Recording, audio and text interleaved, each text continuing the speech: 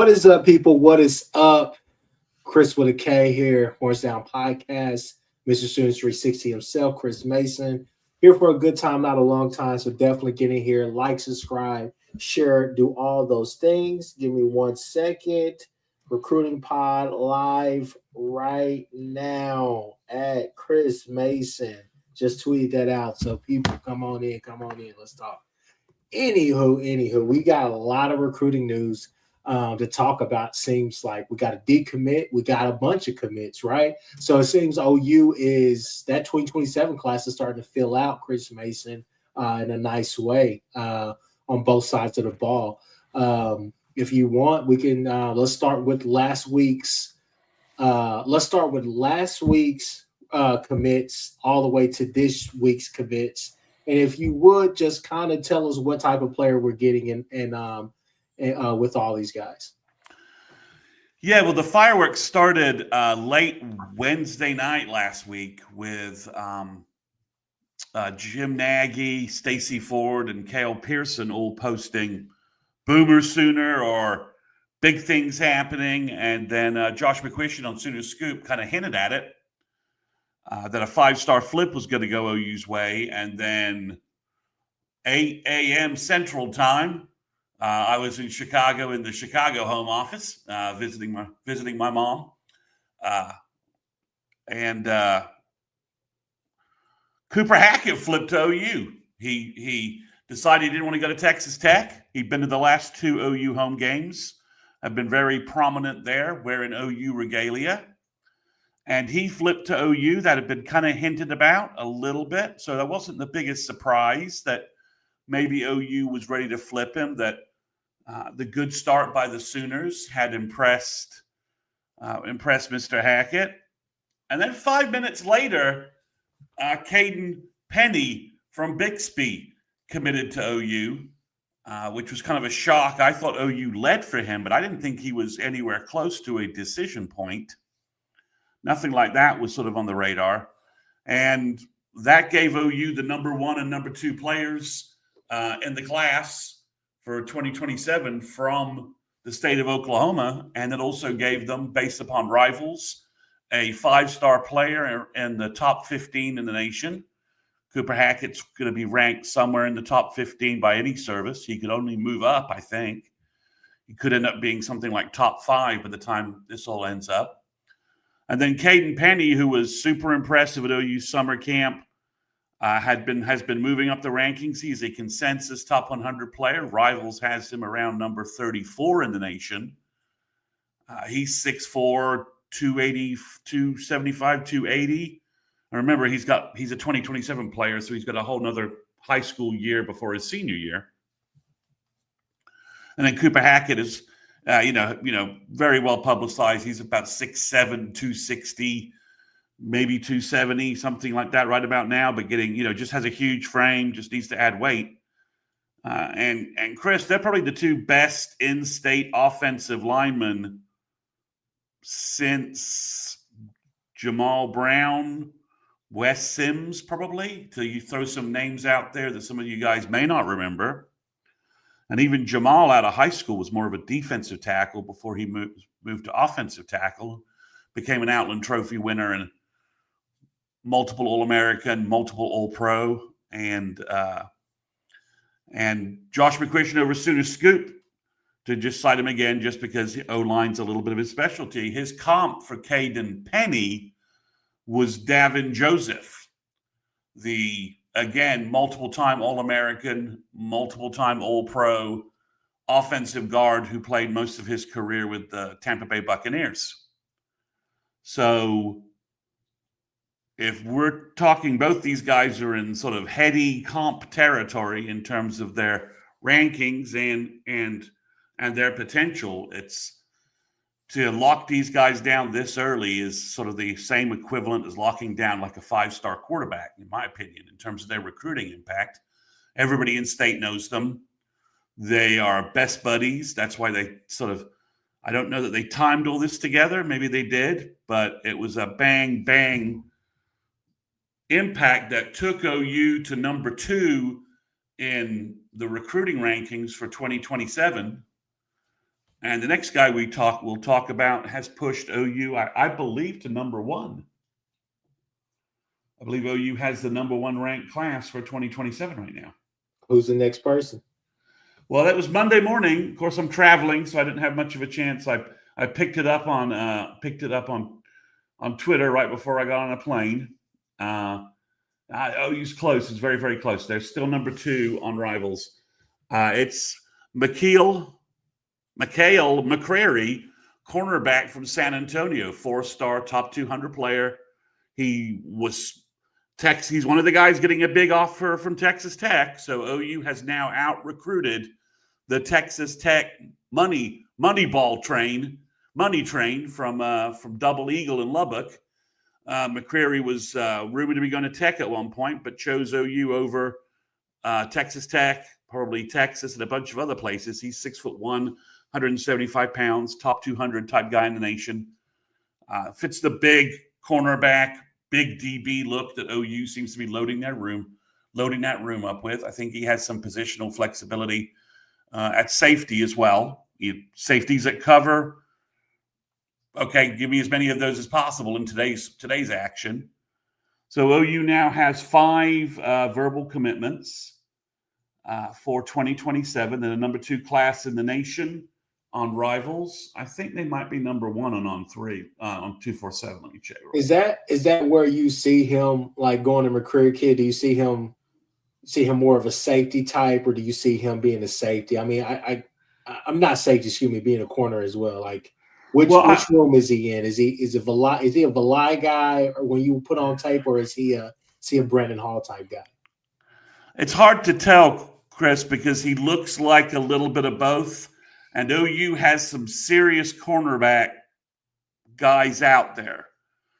You've got Trenton Blaylock, Torrey's younger brother, Montre Jackson, who's from Garland, who OU has been recruiting heavily, and maybe McCrary took a spot, and some of these other guys are going to fall off. But OU's got like 3 or 4 elite-looking cornerbacks that they've been recruiting. There's a couple of guys coming in for visits from California that are elite. And OU's got Derek Johnson's younger brother, Darius, who's a top 100 guy as well, who was on campus for the Michigan game. So I suspect, Chris, that OU sort of likes McCrary to either spot, and it's just he fits a big DB class, which OU's going to sign, and they'll kind of worry about this later. I mean, he's got a good frame. He's 175 right now. If he gets to 190, and you like the way he's playing, and you think he might be a bigger addition at safety, I think he can go that way. If you pick up some of these other cornerbacks you're looking at, you could have a big cornerback class again, like this year's class that just enrolled. So I think it gives OU positional flexibility. They like adding. OU wants to be making more of a little headway in San Antonio. He's from San Antonio. OU has another player from San Antonio that they are after, a big safety that I've talked about previously on my podcast and this podcast. So it's interesting. OU's now the number 1 class on 247. They're ahead of Penn State on 247 and just behind them on the new Rivals rankings. So, just to refresh everyone, the 5 commits are Cooper Hackett, offensive tackle, 5-star, Caden Penny, offensive guard probably for OU, but he has right tackle kind of potential. Top 35 on Rivals. Demary Dezern from California, slot receiver, having a great junior year. He's a top 100 player. Then you have Mikael McCrary, cornerback from San Antonio, top 200. And then you have Luke Wilson, who is the tackle from South Lake Carroll, who gives you 2 tackles. OU has 2 tackles already in this class. And he's in the 400s. He's right outside 4-star territory, but I think he's going to make a move up in the next rankings. And when you see South Lake Carroll play, the 2 tackles they have are Luke Wilson, and then as a kid who OU was kind of recruiting, who chose Michigan I mean, they're dominating people right now. So I think Luke Wilson is a underrated pickup. And OU right now, if you're obsessed with star counts and blue chip counts, OU has 5 prospects and 4 of them are blue chips. Okay. So just moving on from them just for a second to keep it going. Obviously, there was a decommitment that happened with the Allen kid. He decommitted from Tulane. So it seems like that's now down to, at least they put it on a graphic, Colorado and OU. You said that last week. So kind of where are you at with that kid as far as his recruiting? Because I think that would go with shout out to my guy, Brandon. Shout out to my guy, Brandon in here. Good guy, good dude. Terrible barbecue, though. But do y'all expect any more commits for the 26 class? Yes. I mean, so right now, Fawcett, the Fawcett guy from On3 posted that OU's getting 2 verbal commitments. The first one is obviously Mikael McCrary. He went live. So the next one could be a 26 player. It could be Braden Allen or the wide receiver from Louisiana that OU really likes. He just visited Colorado. I don't think that was the greatest Colorado game to go watch it to have it. I mean, I know the new Buffalo got some run and they like about that, but I don't. Maybe that wasn't the greatest game for them. They didn't look very good. Lost to BYU at home. So I think that's trending OU's way. It wouldn't shock me if it isn't trending OU's way.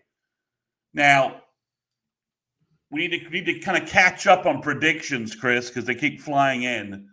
For the Sooners. So we had 3 outs. We have 3 outstanding from previous shows. Jacob Curry, the linebacker from Miami, who just posted something on Twitter about his OU visit from 2 weeks ago. We have Braden Allen, the wide receiver from Louisiana, who just decommitted from Tulane. Looks like he's choosing between OU and Colorado.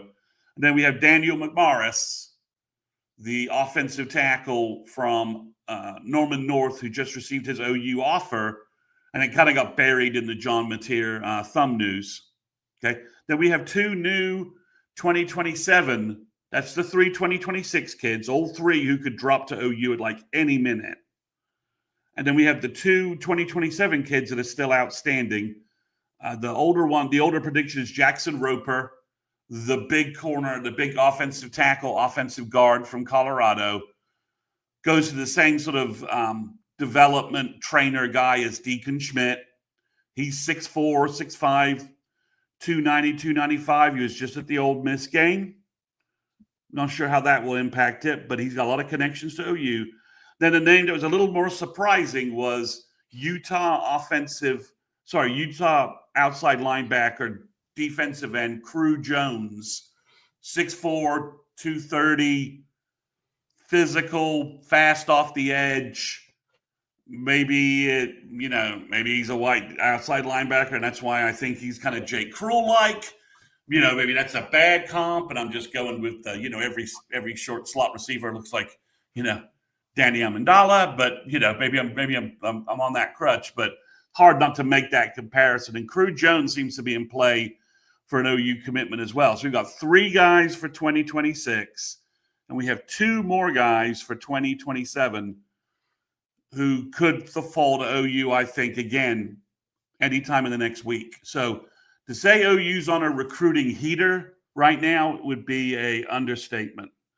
And we haven't even got to the fact, Chris, that Arkansas kids are in play, Florida kids are in play, and maybe some Auburn kids might be in play, because I'm not sure Hugh Freeze is keeping his job if he keeps Jackson Arnold as his quarterback. That's the interesting part. Let's go to some of the questions, guys. If you got questions, go ahead and ask them now. I'll start them and we'll answer them as much as we can. Again, we're here for a good time, not a long time. With these pods, we try to keep it short. But are we? Boomer 129 says, "Are we in on any transfers from Archie?" We got to answer this question because Boomer129, all he does is put jokes in the chat and troll. So he finally asked the question. So let's answer it.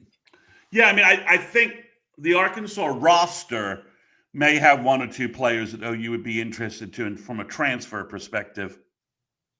Obviously, that running back is doing a good job, although he did fumble. He did fumble critical fumble against, I think, Memphis. In terms of their recruiting class, they have an interesting offensive guard from Buford, Georgia, that OU seems to be kind of circling around. Mm-hmm. Joseph Mubanga, I believe is how you pronounce this. Mubenga.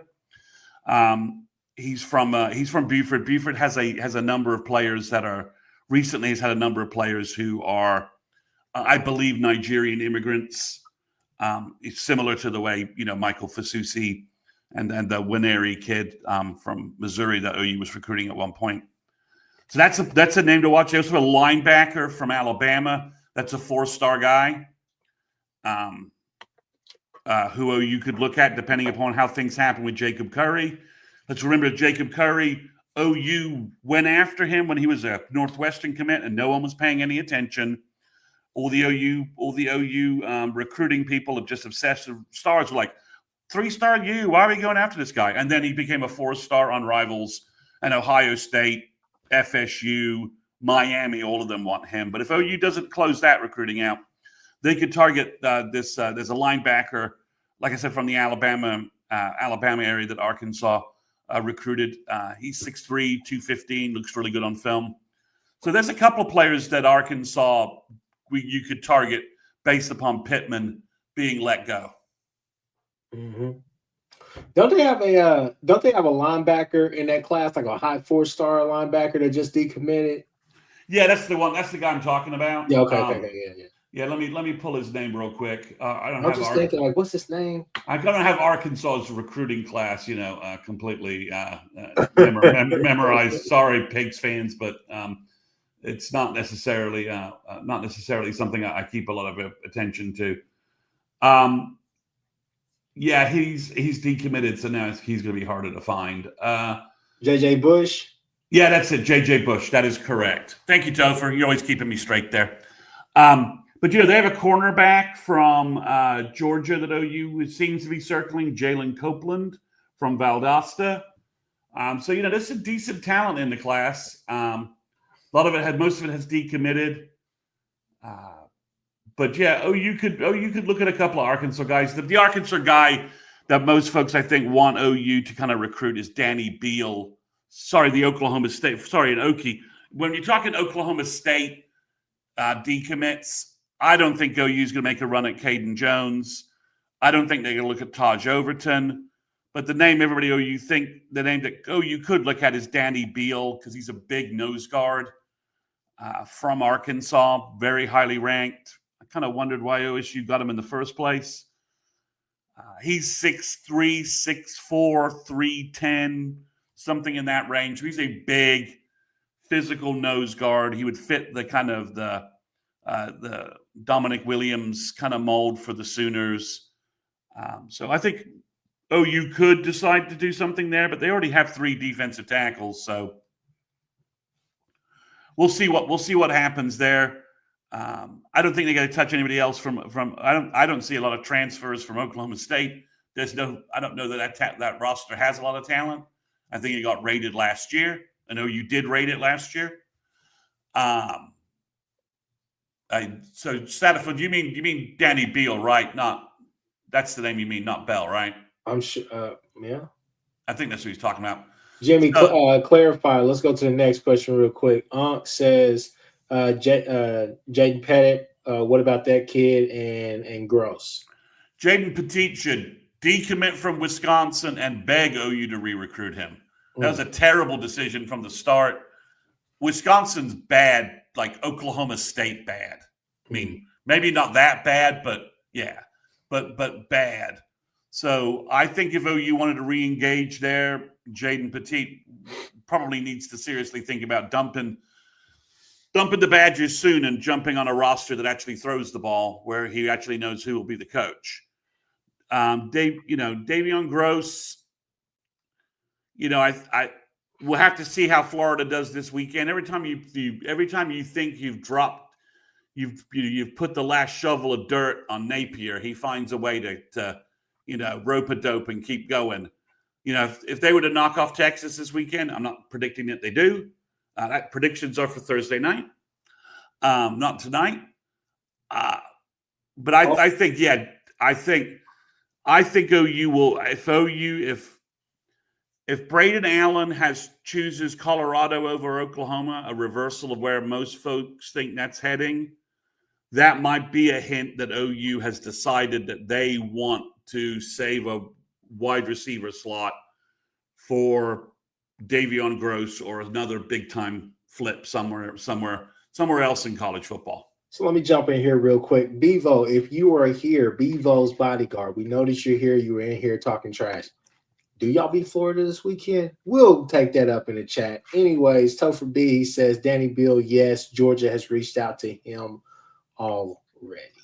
Yeah, and that's I mean, he would be a perfect fit for Georgia's system as a nose guard. So OU, I think, might kick the tires there. They like the 3 defensive linemen they have. We'll see. Teron Richardson, it was mentioned, he took a visit to Ole Miss, I think. Is that right? Yeah, that's what Topher just said that too. Yeah, sorry. Deacon Schmidt was at Colorado. I don't think that's a problem. Teron Richardson being at Ole Miss and Ole Miss having that huge win over LSU, that's probably something to track, something OU needs to have a conversation with Teron about and see where they are. If he's going to be taking visits, then OU needs to bring in another player. And if OU is to bring a defensive tackle in that's out there, I would choose Danny Beal. He is a true nose guard, would fit with 3 tech, James Carrington, and then fit with Brian Harris, who can do a little bit of everything. So that's the move I would make, yeah. Who's this Paris kid? So Iowa State has a commitment from a kid from Akron, Ohio. OU just offered. He's 6'5", 200 pounds. A lot of big-time schools are coming after him now. His film's really good. Big kid, and everybody sort of realizes that Iowa State kind of knows big wide receivers and tight ends. OU's trying not to let the younger Kolar go anywhere right after missing on the first one. Trying to reverse that for 2027. But yes, so OU is trying to get a visit from him. He's vaulted in the top 200. He may be even better than that on film, Chris. His film looks really good. Big, deep threat, long, athletic, just checks kind of all those boxes. So if you could get Petit, Paris, or Gross, it would be good. It would be a nice addition to the wide receiver group. Gross, obviously, a little more sizzle there from a recruiting rankings perspective, and he would do a lot of the stuff that you see OU using Deion Burks, a lot of the reverses and some of the short stuff you're doing. You could do all of that with Davion Gross, and he's a bigger athlete kind of doing it. But that's in play. I have nothing to back this up, Chris, but I wouldn't shock me if we don't hear something about Jonathan Hatton again in the next couple of weeks. Really? Yeah. Is the senior film showing what it needs to show? Is he doing what he needs to do? I mean, obviously, hey, those running backs down there for Texas A&M look pretty damn good right now. So, and they've got an elite kid ahead of him. Yeah. I don't know. He's got something like 984 yards in 4 games. That would tell me that he's kind of doing some stuff. So if I was OU, I would think a second high school running back in this class might be something I want to think about. Let's see, Boomer129, he says anyone from Little Bro we would even consider taking as a transfer. No one I saw playing against Tulsa would be worth a transfer. I don't know about you, Chris. I think that roster's gutted. I mean, maybe the Henne kid when he comes back from injury looks good, but I don't think we want that kind of a transfer quarterback. No, I don't know. I think some of those kids are projects or whatnot. I mean, what's happening at OSU is just, I mean, it kind of just is what it is. I don't know. I mean, Brady Trantham. Shout out to my guy Brady Trantham. Brady said it last year. He said, when we were running out, some of the guys on the offensive line that we were, and he said, "Hey, man, this is a problem. You can't go get G5 All-Stars and think that you're going to have success, especially in a league like the SEC." And with O State, it's just one of those things where, my fiance, she's the O State fan, so we're technically a house divided. We're not. But anyways, she said, so were we not like, are we behind on the NIL? Was Gundy reluctant to do the NIL? I think that's the dumbest thing when they talk about that, Chris Mason.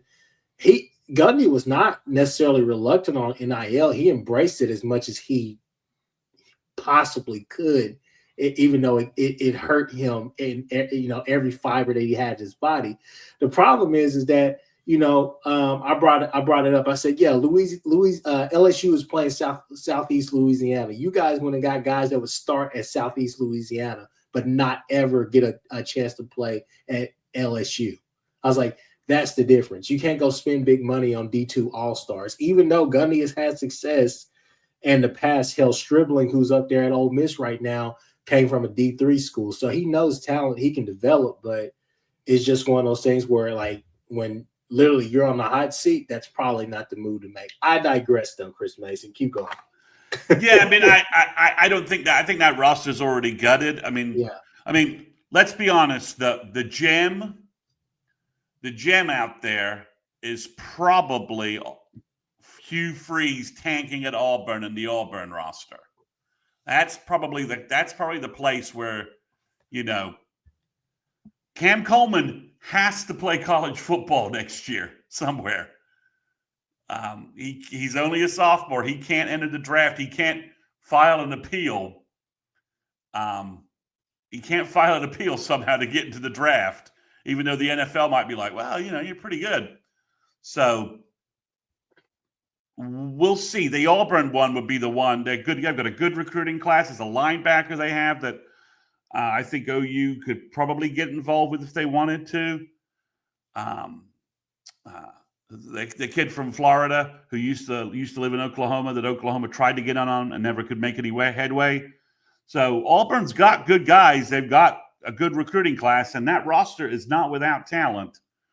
So Auburn, I think, is probably I think that's probably the gold mine right there. I mean, I think Taylor Green's eligible to go in the draft, but if he decides from the Arkansas perspective, but if Taylor Green was to decide, well, I want to play another year in college, I mean, that'll be an absolute bloodbath of a recruiting battle for a transfer portal quarterback, because you put Taylor Green on like a lot of rosters, and that would accelerate them to a higher level.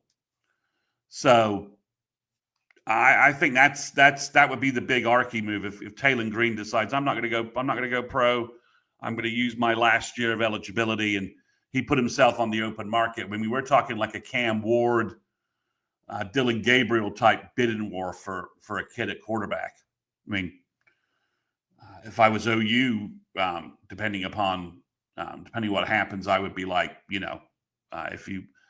depending upon our circumstances, how our circumstances with quarterbacks go the rest of the year. I mean, even a place like OU would be like, yeah, we'll take Taylor Green. I mean, he's that talented. So yeah, it's gonna be interesting with so many coaches already let go. And you've got two big SEC teams who may. I mean, can Hugh Freeze survive his next two home games with Georgia and who's the other team? Chris, help me. They have Georgia and no, it's not Missouri. Here, give me a second. I think it might be Missouri.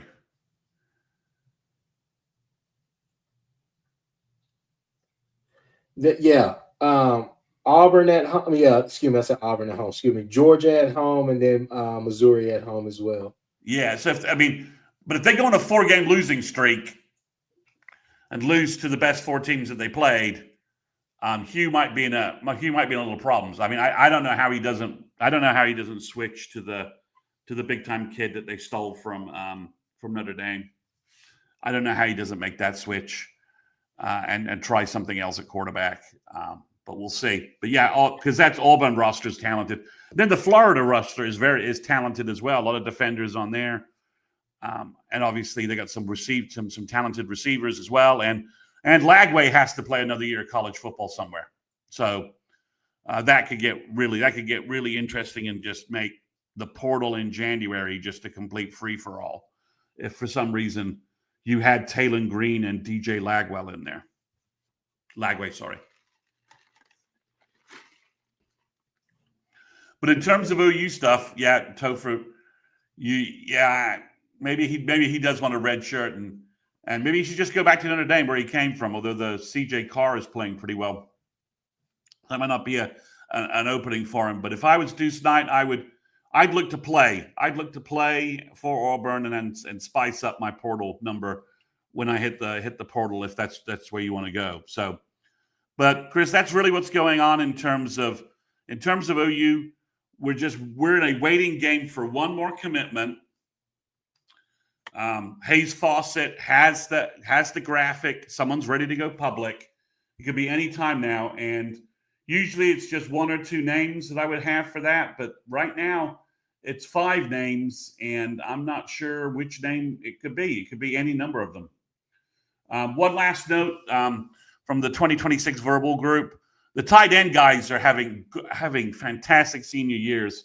Right now, I'm just looking at Rally Preps Texas, and they have ranked Ryder Mix as the #1 tight end in the state of Texas, and he's having a great year. Ruxer out in Indiana is having a great year. The kicking Joe John Finley around on recruiting is about to take a hit because those 2 kids are going to enroll early. And, I would say are threats to play for OU in 2026 at tight end. They'll both be 240 pounds and block very well and are excellent receivers. They're real tight ends. Everybody still wants Joe John Gunn, I believe, but I'm a chill on it for now. So, we're winning, so it is. Yeah, man, you want to fire a coach when we're on a winning streak. We're number 5 in the nation. All right, guys, what do you want? So, but we'll see what happens the rest of the year. So, all right. Look, people, 33 minutes. We always keep these shows short. You know how that goes. Like, subscribe, do all that stuff on both channels. Horns Down Podcast, Sooners 360. Go to the Patreon, look that up. Obviously, subscribe to that. It's only $2. So just subscribe. You'll get all this content right here. You'll see this on his channel. And Chris Mason, he's going to double back and do another pod probably this Wednesday? Yeah, Wednesday. Wednesday night. I bet by Wednesday night somebody else is committed. Maybe 2 people have committed. So I got to talk about the new commits. Yeah. So with that being said, definitely like, subscribe, do all those different things. Get this channel here, Horns Down Podcast, to 1,000 subscribers. We're on our way. I think we're like about 150 away. So definitely like, subscribe, share, do all those different things. But with that being said, people, that's your recruiting news for tonight. We'll see you guys on Wednesday, and we'll see you guys on Thursday as well for the big show with Jason from the Hall of Fame College Football Podcast. We out.